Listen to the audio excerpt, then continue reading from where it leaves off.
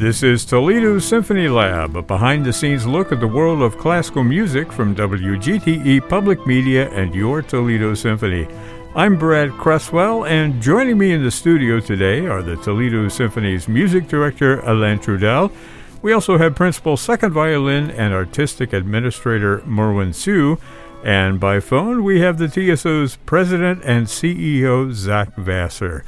Now, before I say hello to all you gentlemen, I have a special fanfare planned, and this has to do with the fact that we are starting Season 6 of Toledo Symphony Lab. It's also Season 79, right, for the Toledo Symphony? I believe so, yeah. It actually goes for a little while, so let's just sit back and relax and enjoy.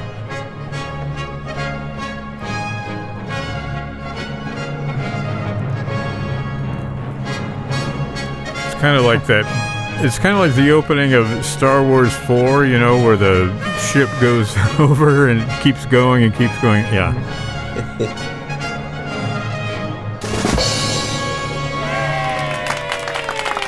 All right. It needed more cowbell. Good job, guys. Wow. I just had to throw in a little good job, guys. For folks who follow the podcast, then you may recognize the voice of Elaine's daughter, younger, right? How old was she when she did that recording? She was about 6 months. Yeah, fully formed words at 6 months. She's a true Trudel, right? So the concert that inspired this episode is happening this Saturday. It's September 10th at 8 o'clock p.m. at the Paris-style Romeo and Juliet. Many composers have tried their hand at interpreting that Shakespearean story. We're going to hear from some of those on this program. We're going to talk about it today as well. I wonder if we can start with the question as to why Romeo and Juliet, why the Shakespeare connection for the season opener. How did that come about? Well, Brad, hello, everybody. Hello. Wishing you all a very good, happy new season with the podcast.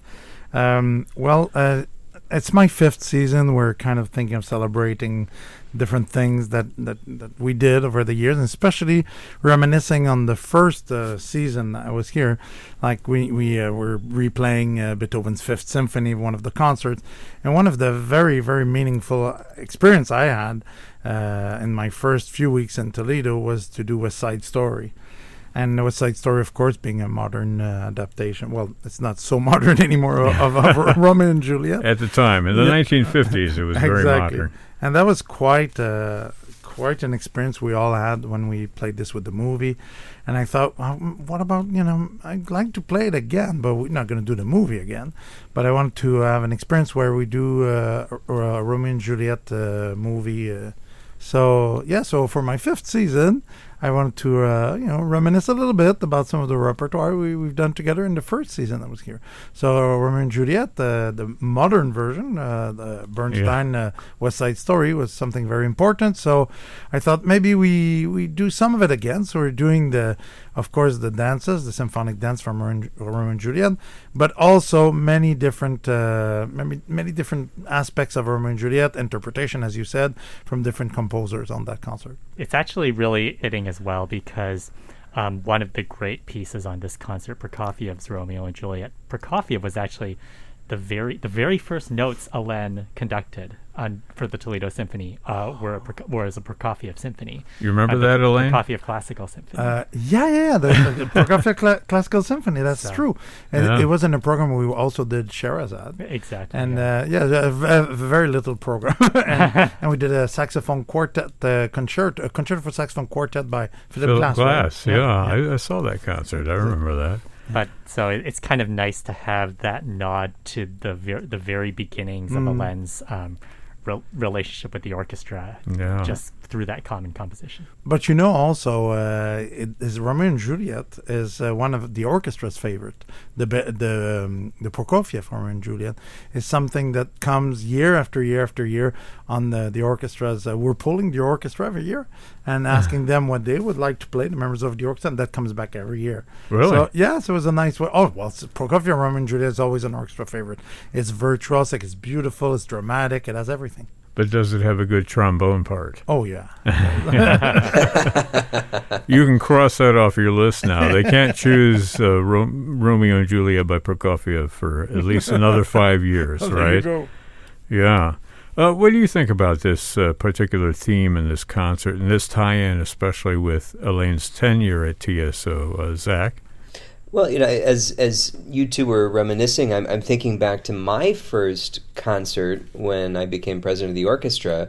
Romeo and Juliet opened that season as well, so I guess there's a tie-in there. We're all celebrating something familiar here. I love this music. I remember when I was a kid, really getting into classical music. I had a couple recordings of the Romeo and Juliet suites.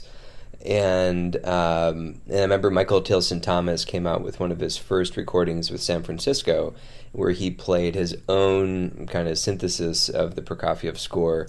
And I had the magic opportunity to see him with San Francisco perform that at the Peristyle. So I was agog at one of my idols, and being able to relive a recording that had just come out. And that was a frequent play for me. There's something so rich and melodic about the Prokofiev score. The sense of tragedy and drama and pathos is all very alive in that composition.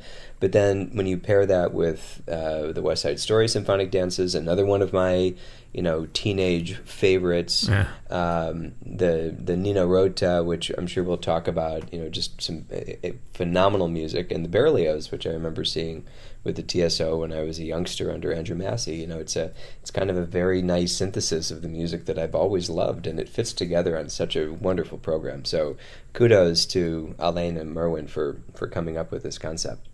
I noticed that there is one name off of this list that could possibly be included for Romeo and Juliet, and that would be, of course, Tchaikovsky and his Romeo and Juliet, which I assume you've done in the past. But I thought we'd make up for it here. So every time somebody says something especially brilliant, you hear this music.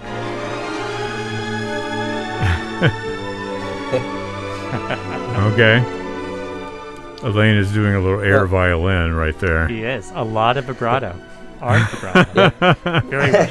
Yeah, what's your take on that, Merwin? I did my chef sick this morning. Absolutely. Well, I have a little quiz, and this is a Romeo and Juliet edition of my composer quiz. So just a few questions here.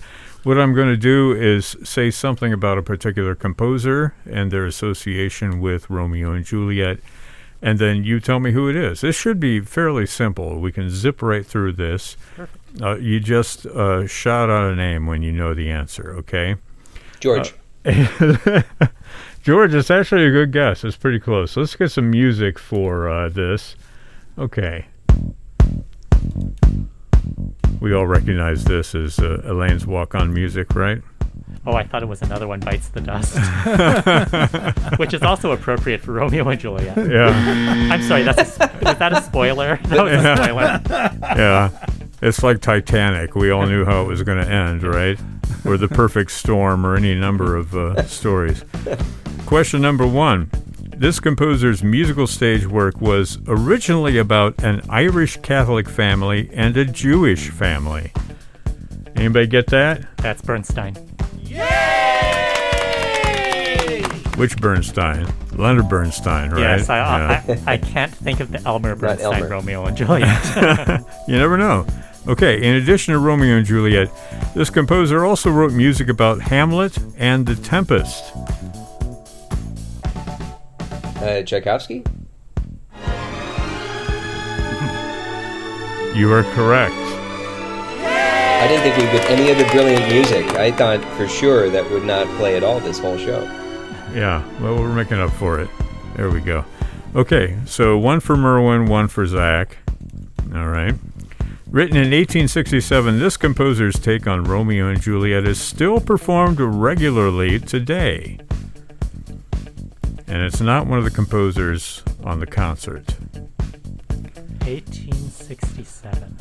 And it's performed in opera houses around the world. Oh, Gounod. Oh, Gounod. Gounod, yes. Gounod's operatic version of Romeo and Juliet. Lots of trombones in that one. Yeah. Spoken like a true trombonist.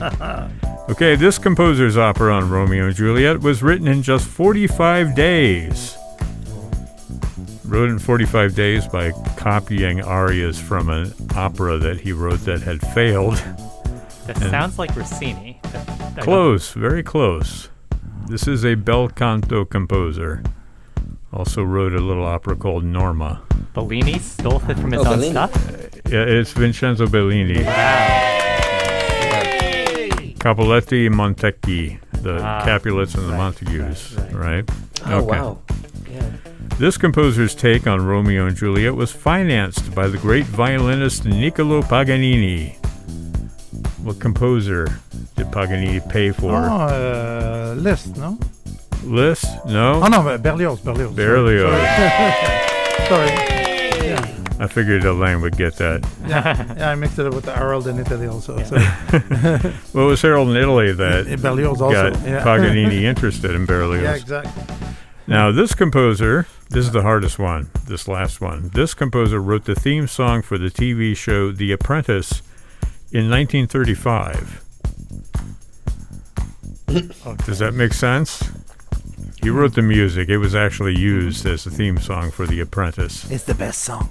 I can't remember the theme music. And you have to I don't hum think- it. You have to sing it if Yeah. you do it. Oh, let's hear it, Elaine. No idea. Oh, okay, Prokofiev. Oh, wow. Wow. Yeah. That was the theme song to the Really? Apprentice? Wow. Yeah, it doesn't go so well with the disco soundtrack in the background, but yeah. You know, I would probably pay maybe a nickel to hear you sing that in a non-disco format. Okay, we'll save that for another podcast. But, okay, looking through this list, we have a tie between Merwin and Elaine. And Zach got one. Nobody got the Gounod, right? Or did you get I it? got the Gounod. Alain got to the Gounod. Oh, well then, Yeah. Elaine is the winner. There's a photo finish. Oh. Yeah, 3 cheers for Elaine. Or just 1 cheer. That's fine. Good enough. Well, you know, it was kind of fun to talk about some of the composers. There are so many composers that have written not just music related to Shakespeare, but music related to this specific story. And I think it'll be with us for a very long time. We've talked about Prokofiev. We talked about Bernstein. One thing that we don't hear that often is the Berlioz. And you're doing the love scene from Romeo and Juliet. You want to talk a little bit about Berlioz because, you know, he saw this play, the actual Shakespearean play, with his idol, Harriet Smithson, performing the role. She spoke English, he spoke French. He decided he was going to marry her. There's a whole crazy story there. They got married, they had a kid, and, you know, then it didn't end well. I wonder if you have anything you want to say about Berlioz in preparation for this love scene, right? Well, what you just said is basically the Symphonie Fantastique, right? Because that's his infatuation with her. But the love scene, it's something for some reason I do quite often. It's a beautiful, beautiful, beautiful excerpt from this very large, we can call it oratorio, maybe a little bit more Romeo and Juliet. It's not an oratorio, but it's kind of like most of Berlioz' music or art. It's kind of a hybrid of everything. Because Berlioz, the orchestration sounds like a hybrid. The way he puts them together, the way he had singers, even his Requiem is for 4 orchestras. It's like there's something revolutionary. Now that's the important thing for me is that the way he writes music is you can feel it in a sensorial kind of way. Because, you know, in Bernstein, okay, we have the big drama. In Prokofiev, we have a lot of story. There's a lot of storytelling, but we don't have this love scene. There's not one that has a love scene that is very tender and takes its time to unfold. And I think it's very intimate. And this one, you know, I really wanted to have something in the heart of the program, in the middle of the program, that we took our time, our sweet time, to discover, like, you know, what love can be. And I think Berlioz, for all his craziness, you know, and all the revolutionary ideas and all that, there was a side of him that just, like everybody who craves attention, who acts out, He just wants to be loved. He just wants to be, appreciated as a human, as a person. And you hear that in this love scene. It's really incredible, and the orchestration and that, with the 4 bassoons. But it's kind of a big orchestration, but it's never loud, and there's always a sense of how do you say, expectation there. Yeah. And it never quite goes. I don't want to say all the way because it sounds very bizarre on the radio. We can say anything on this podcast, right? No, but there's this great sense of the romantic era with everything is a little bit idealized, and love is idealized, and sometimes we forget about, we don't live that way today. Yeah. And it's nice to look and listen to a concert where you go like, oh wow, it could be that, and this is not necessarily the reality that we all live in our fast-paced world, but 18 minutes of unfolding just this scene, this love scene, where it's like, you look at each other and something happens. There's some magic there. And it's not 5 minutes, not 3 minutes. It's like 18 minutes of going through that. It's beautiful. Of course, it's great music, so you don't see the time go by. But there's something that, again, old school, that brings us back to something you can only have in a concert. Well, I think taking what you're saying into account also with the other music that's on this, the opening concert really kind of presents what the symphony is all about and what going to the symphony is all about. You talk about this sort of stop and smell the roses kind of moment. I mean, that is a lot inherent in a lot of your programs where time is suspended, where people lose themselves in the music. It's a more disciplined and perhaps, for lack of a better term, an older way of passing the time, enriching your life. But it's definitely something that is like novel these days because people are so used to, the fast food commercial type music. True, when you actually sit here, you can enjoy it. But the world has changed a little bit. Yeah. I mean, since we had to deal with all the height of COVID, we're going back to some values that, if we can just sit together and have this communion through music. I mean, the concert has a little amuse-gueule at the beginning, with the rota. Then we have storytelling. Then we have a moment of love and communion. And then we have the craziness of the War of the Gangs at the end. So, you're there. It's like a movie for your ears. The War of the Gangs. I like that. Movie for your ears. I even like that. That definitely gets a cheer. I don't know about you. That sounded pretty brilliant to me. I think you might even get some Romeo and Juliet for that.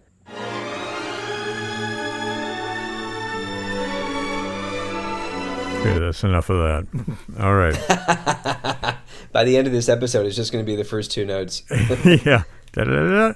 Something like that. Okay. Well, let's talk about some of the other concerts that are happening this season. I have prepared, as we have done the last couple of seasons, a season roulette. In other words, we'll spin the roulette wheel and you guys see what you get and you tell us what the concert is. I mean, there's so much interesting and fun stuff, really fun stuff going on this season. So hopefully you'll pick out the fun stuff, right, Merwin? Let me start with you. Let's roll the roulette wheel.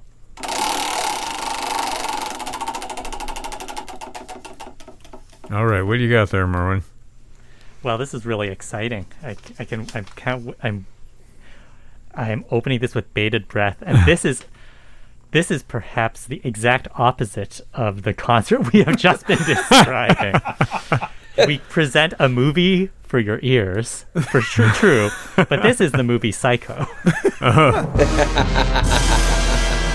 Maybe not quite the youthful love sort of. Unless you now, if you put the love scene from Berlioz' Romeo and Juliet and the screaming strings from Bernard Herrmann's Psycho together on the same concert, that would be brilliant. That'd be telling a story of sorts. There's something that's really amazing about the juxtaposition of these two things. When you're taking Berlioz, who you're bringing this vast sense of orchestral resource to the service of something so incredibly intimate.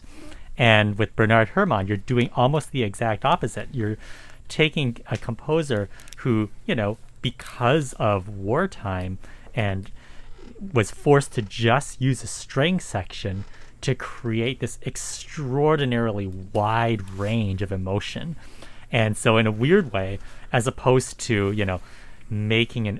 putting an eternity into 18 minutes, here it's like every second is counts, and it's incredibly jarring. It's actually, we're excited to do this with Alain as well. My second movie. Yeah, second movie. Yeah.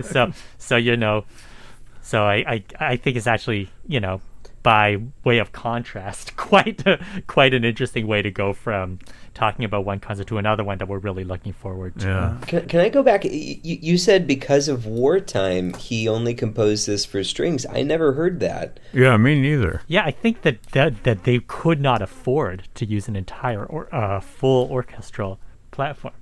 So Interesting. Yeah, so he was actually kind of, because of budgetary constraints, using this smaller orchestra. And so it's funny. We're going to be doing this at the Valentine Theater. We're actually taking up a residency in the Halloween weekend at the Valentine Theater, and it's a great place to do this. Wow. There's something, because it feels like a place to see a movie like that, like it feels like the chance to kind of, there's a sense of nostalgia in that hall to see this movie and to hear the music come to life. I think it's going to be exciting. Yeah. There's also a lot of red everywhere. That is true. I'm sure you're talking about wine, right? Yeah, a chocolate sauce. I think it was Hershey's chocolate sauce. Yeah. It was Hershey's. That was the blood going down the drain. Yeah. Well, roulette. Spoiler Alain, alert. why don't you spin the roulette wheel, Alain, and we'll see what's going on here with another concert.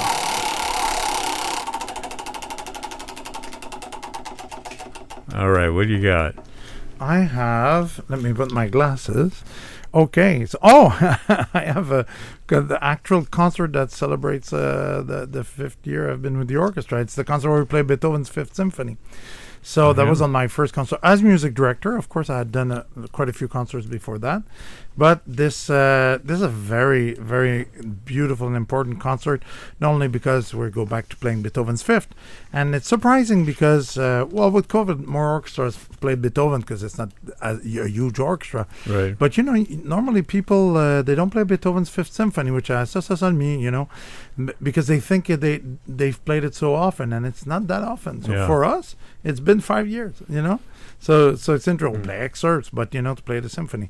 So it's nice. I also thought that since I always feel we're on our way, to doing great things all the time. We're never finished what we do. So I put the Schubert's Unfinished Symphony because our work is not done yet. Our soloist is Awadadjan Pratt. And he's going to play with us the Jesse Montgomery was concerto. It's not a concerto, it's called Rounds, but it's concerto for piano and orchestra. It's very, very recent work. Yeah. So we were very fortunate to have him play it with us. And that's going to be a really great concert. And that's in the beginning of November, 4th and 5th. Well, Zach, you must sort of feel like a proud papa with this season celebrating Alain's tenure here. And it's actually a 5-year. I like how you're getting ahead of yourself. tenure. No. Yeah. I am proud. I was just thinking, we were onboarding some trustees recently, and Alain spoke so beautifully about his occasion to come to the orchestra, how he discovered kind of in the middle of it that we were searching for a music director, and how that just so beautifully unfolded. And it was such a remarkable period of time for me, for the orchestra, and I can't believe it's been 5 years. It's been just a huge and gracious period of time. And I whenever anybody asks me what it's like to work with Alain Trudel, I always say I'm constantly impressed by his humanity, and it's just that makes such a difference in the way he makes music, the way he interacts with audiences, how he leads players to be their best musician, and what he's like as a colleague. So I can only celebrate 5 years with a lot of satisfaction, but also a lot of excitement for what's to come.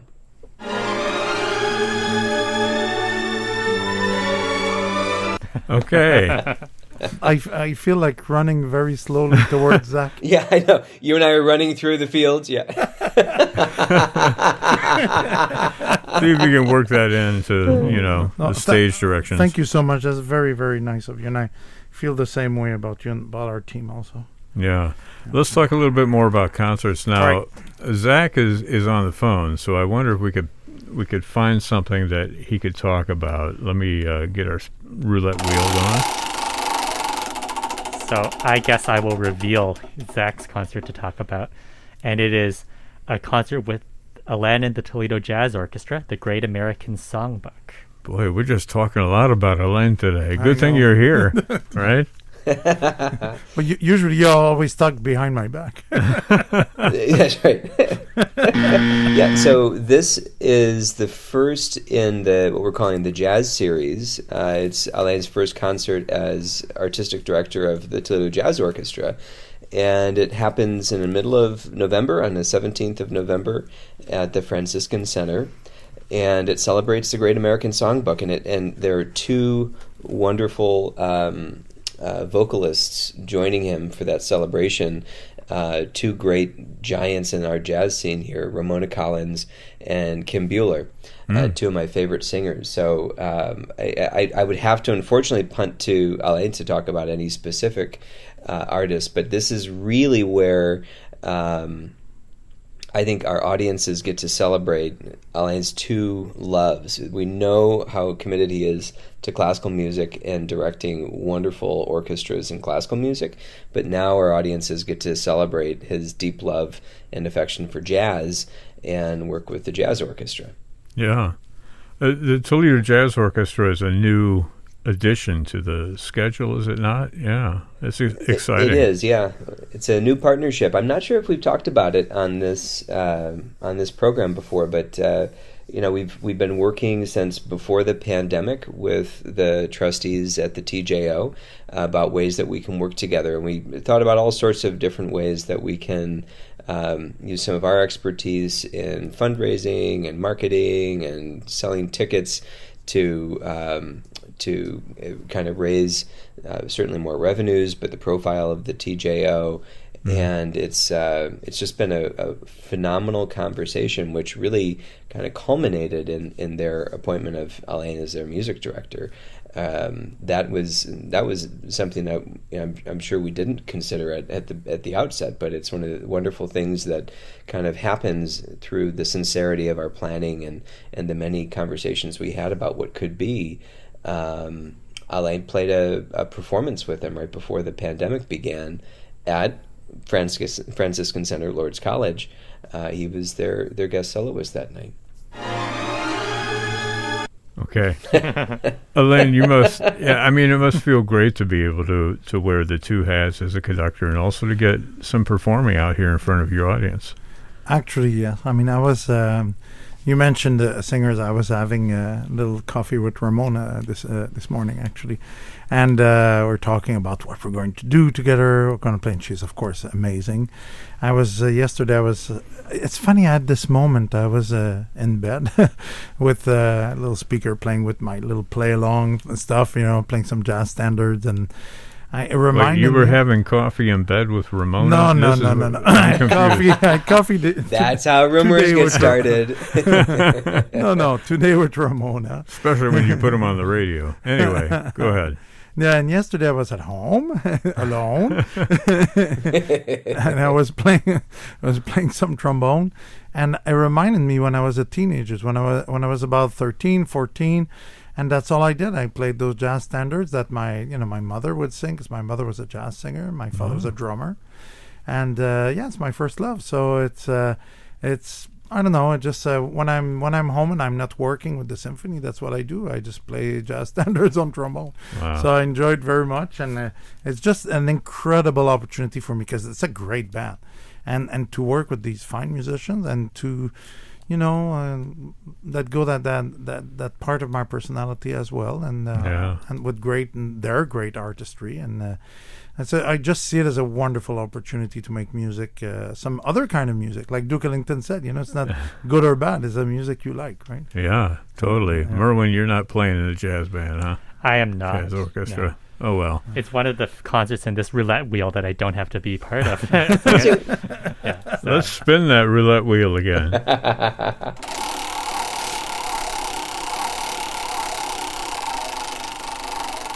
Well, this better be a good one. It was nice and long. I can't believe I get this concert. So this is a concert I'm sure Alain would have liked to talk about. I am sure that Zach would have liked to talk about, but I get to talk about it. It better not be Mahler 3. This is Mahler's third symphony. Oh, you're killing that me. ends our season. And, oh my gosh. This is one of my 2 or 3 favorite symphonies in the entire literature. It's funny because in a way it kind of pairs the 2 instruments that Alain and I play. It's so famous for an amazing trombone solo, but for me the heart of the movement is the beginning of the last movement, which is, it's almost like it has the intimacy of a string quartet. I've always had the pet theory that he was very directly inspired by Beethoven's last quartet, but I can't prove it. I don't have any citations. It's just a gut feeling that I have. But I joke about this symphony a lot because it is the symphony that has the longest duration in the standard repertoire. So I joke that this is the piece I want at my funeral because I want people to be there for a while. Yeah. But or they could just come and go like you did with the Bach Around the Clock concert, right? But I mean, gosh, if there was ever a piece that kind of has that sense of ascension that you're hoping for at that period of time, it's the last movement of the third Mahler symphony. So I hear Zach is a fan too. Yes, I've heard of him. he knows Yeah. Mahler. he has his moments with this composer. Yeah, I drug out the Mahler bell. I'm very happy. I'm happy that it makes it to another season. That Ma Bell is one of my favorites. It's also interesting that, of course, all 3 of us, Brad, I'm speaking for you if we say all 4 of us love Mahler, but for Merwin, Alain, and me, I would say that we would probably agree pretty quickly that Mahler 3 is at the top of the 10 symphonies for us, which is kind of an outstanding thing to say. It's some would be hard-pressed to choose just one, but it's always been number 3 for me, too. Well, you have a consensus going at least. What about you, Alain? What's your favorite Mahler symphony? Oh, it's difficult to say. Of course, I love number 3. Well, you know what's great about this program is that all this uplifting at the end will be the last thing we play for our public at the end of the season. All right, it's the season closer. Exactly. So you come in on notes of love, and you will leave on, being uplifted, transformed kind of love. Yeah. I'll just mention again that the season opener is this Saturday. It's September 10th at 8 o'clock p.m. at the Peristyle at the Toledo Museum of Art. Music inspired by Romeo and Juliet by various composers, all of it conducted by Alain Trudel. More information at toledosymphony.com or 419-246-8000. We're talking about the new season, which opens this Saturday, and lots of great concerts going on. Again, you can find all that information on those concerts at their website at toledosymphony.com. Let's pull up another concert and see where we are, what we can talk about. Go for it, Merwin. Oh, I think it's Alain's job. Okay, Alain. Go for it, Alain. Okay, I'm here. I'm opening it as we speak. And not cheating at all. Okay. Okay, this better be good. Oh, The Art of Art. Oh, yeah. Excellent. So this is actually going to be the last of the 5 concerts that the Toledo Jazz Orchestra does in our series for next year. And this is a program, it's an interesting program because we want to pay tribute to, of course, one of the greatest pianists that ever lived. A pianist that, Rachmaninoff and Rubinstein said that if this pianist would have played classical music, they both would have quit the piano. Imagine. Yeah. So we're talking about Art Tatum, a very, very important musician from Toledo. So we decided to pay homage to him. We're going to have as a guest Larry Fuller, who's also from Toledo, who has a national, international career. But what's interesting is that, Art Tatum didn't write music for jazz orchestra, and he didn't write that many pieces. He was more like a, virtuoso interpreter of the standards that were there. So what we're doing for that concert, we're getting some of his works that are not so well known, but we're going to bring them to the public, and they're going to be arranged for jazz orchestra. So it gives us the opportunity to give something back to the repertoire of jazz orchestra, but also to keep in everybody's mind the music of Art. So Art Tatum. So we're going to do, one of the things that we're doing is he wrote a suite on the precious stones, the 4 precious stones that not a lot of people know. I had to search like for a week over here and there, and recordings from the 30s, and that suite I'm getting a good friend of mine to write a big band version of it.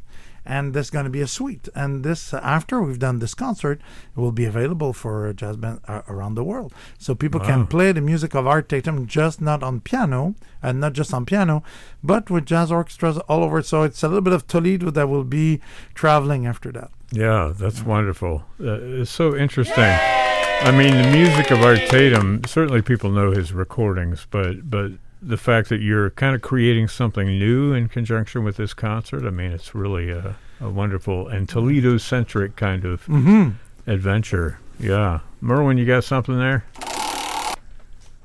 That's all you get. So I think this is going to actually be for Zach, right? Yeah, you keep trying to give it to Merwin. I don't know why you keep doing that. You keep skipping Zach's turn here. So. Oh, okay. Well, then you read that for Zach. Okay, so Zach, your concert is a concert featuring Joanne Falletta on the conductor and Mélisande McNabney on harpsichord.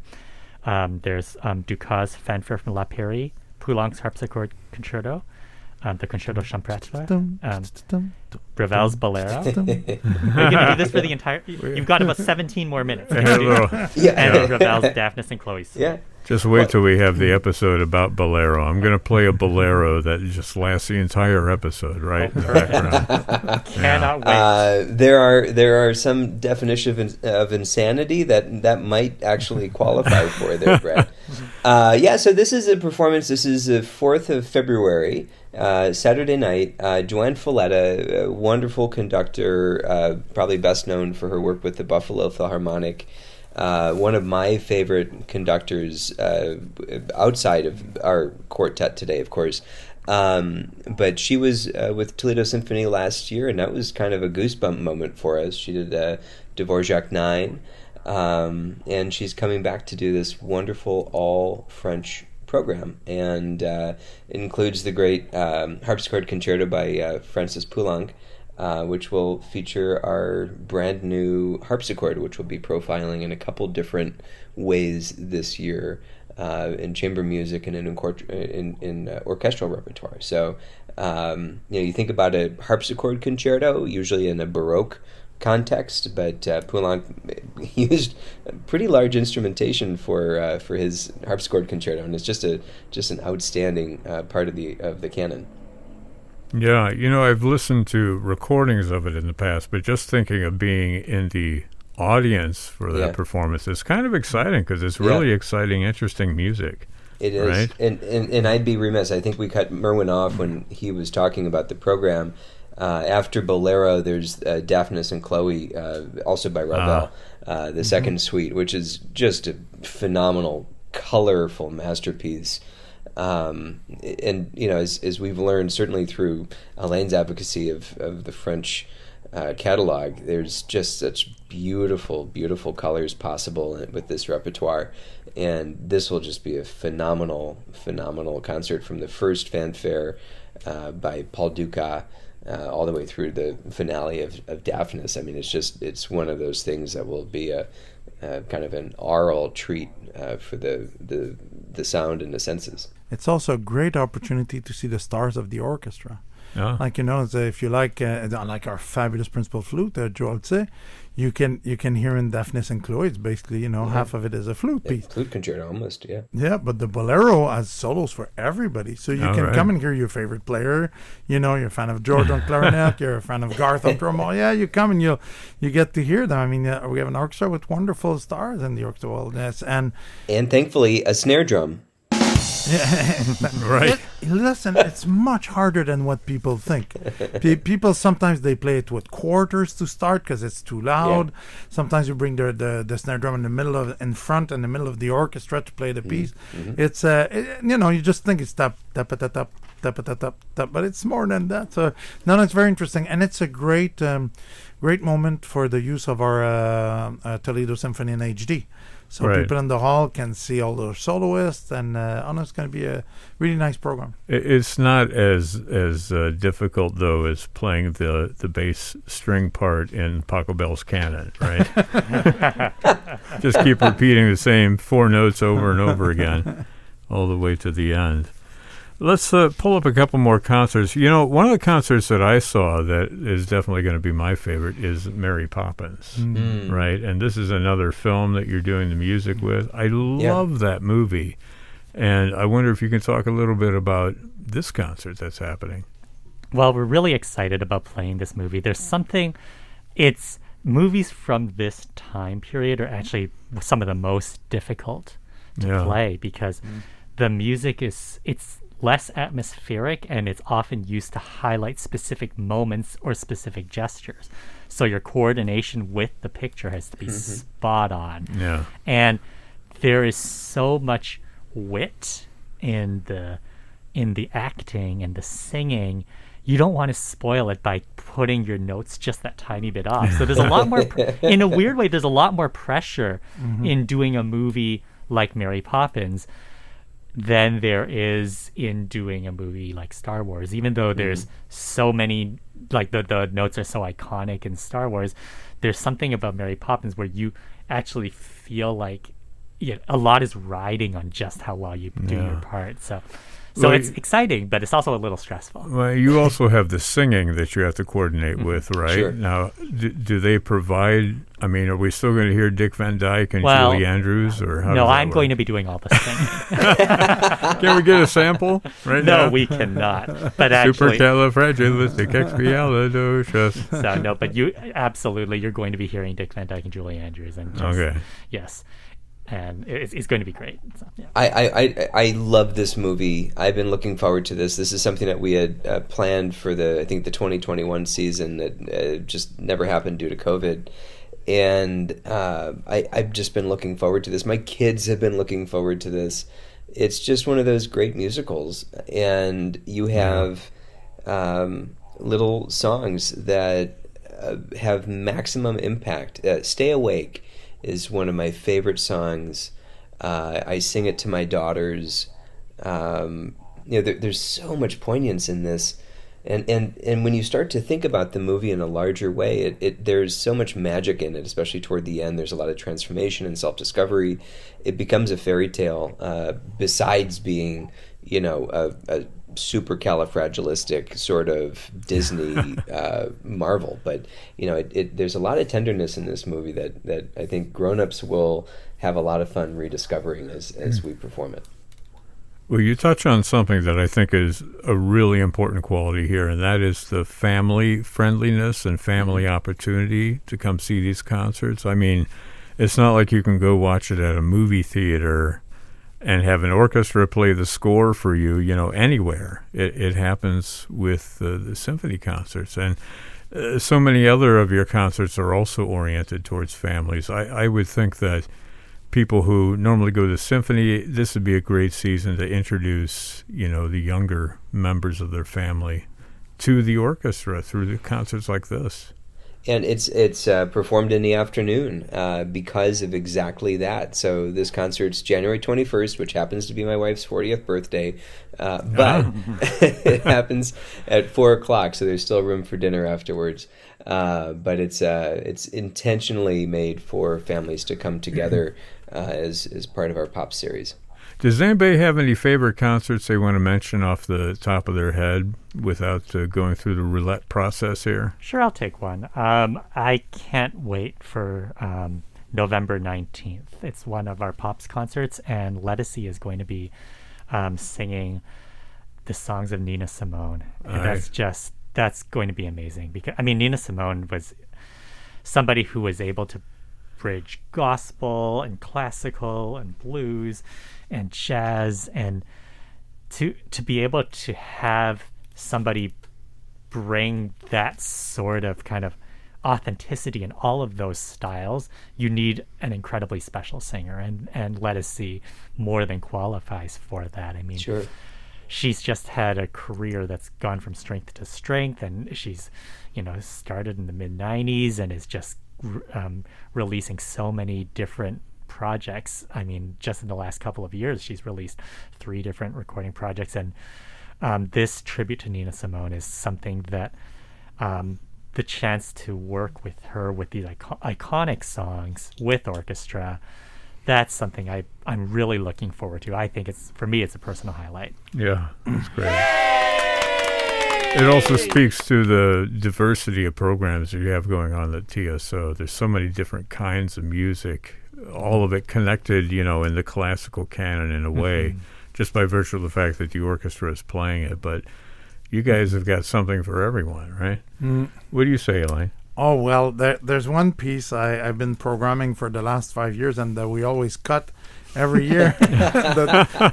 You're hoping that it gets done this year, right? Yeah, well, it's in a program where we welcome one of the biggest stars of the violin in the world. Is Midori is going to play the Mendelssohn Violin Concerto with us, and the Dvorak 7th Symphony that I've been meaning to do in Toledo for the last 5 years. So it's going to be amazing. But Midori is coming to us. This is a big deal. Yeah. It's a big thing. And Merwin and I, when we work on programming this, to bringing the first draft to everybody, the different committees, and to bring it to Zach and the gang at the office, that we often work as a casting agency a little bit. So we say, what soloist plays this piece the best? And we're thinking, Mendelssohn Violin Concerto. It's hands down Midori. She plays that like an angel. She's amazing, and meaningful. Not just beautiful, but meaningful the way she plays. And it's incredible. We have her with us.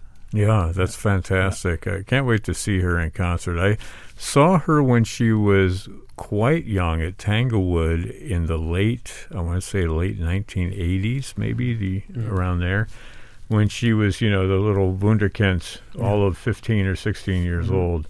This is actually her 40th anniversary in terms of being a performer. So and she is 40. And exactly. She was playing the violin straight away, huh? Absolutely.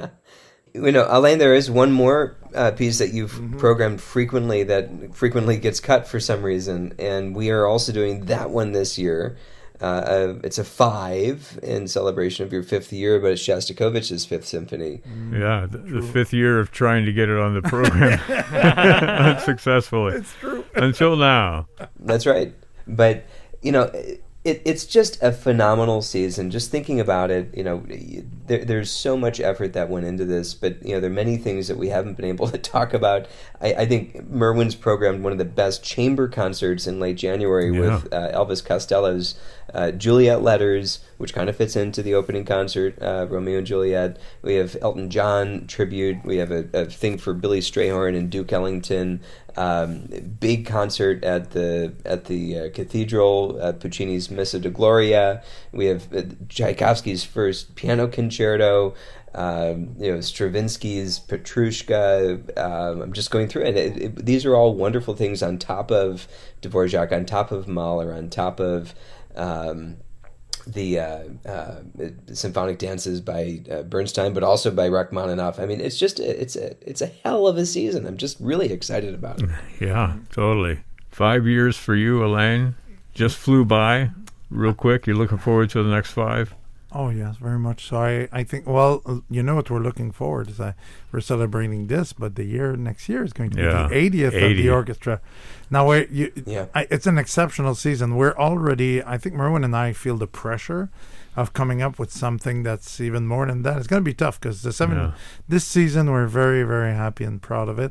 We'll come up with something great next year, but it's going to take us all year to find something because this is a really, really good season. We're very happy. You could just go for Opus 80 for everything, right? Doesn't matter what the piece is, as long as it's Opus 80 or number 80, something like that. Yeah. Here, I just programmed your whole season for you. So. Well, the season opener is this Saturday. It's September 10th at 8 o'clock p.m. in the Paris style. Romeo and Juliet is the title and the theme of this program, conducted by Elaine Trudel. You can find more information at ToledoSymphony.com or 419-246-8000. Gentlemen, it's good to have you back in the studio, to have you on the phone, Zach, and we'll be talking more about these concerts throughout the season as we begin a new season of wonderful concerts from Toledo Symphony. Thanks, guys, for joining me today. Absolutely. Thank you. Here's to a good season with you as well, Brad. This program is a production of WGTE Public Media in collaboration with our sponsor, the Toledo Symphony. You can download episodes of our program as a podcast by going to our website at wgte.org/lab. You can also subscribe to us through your podcast app of choice, including Apple and Google Podcasts. And remember, you can check out all upcoming events at the Symphony by visiting their website. Again, it's ToledoSymphony.com. You can find their various social media outlets on Facebook, Instagram, and Twitter. My thanks to Elaine Trudell, Zach Vassar, and Merwin Sue. I'm Brad Cresswell. This has been Toledo Symphony Lab from FM 91.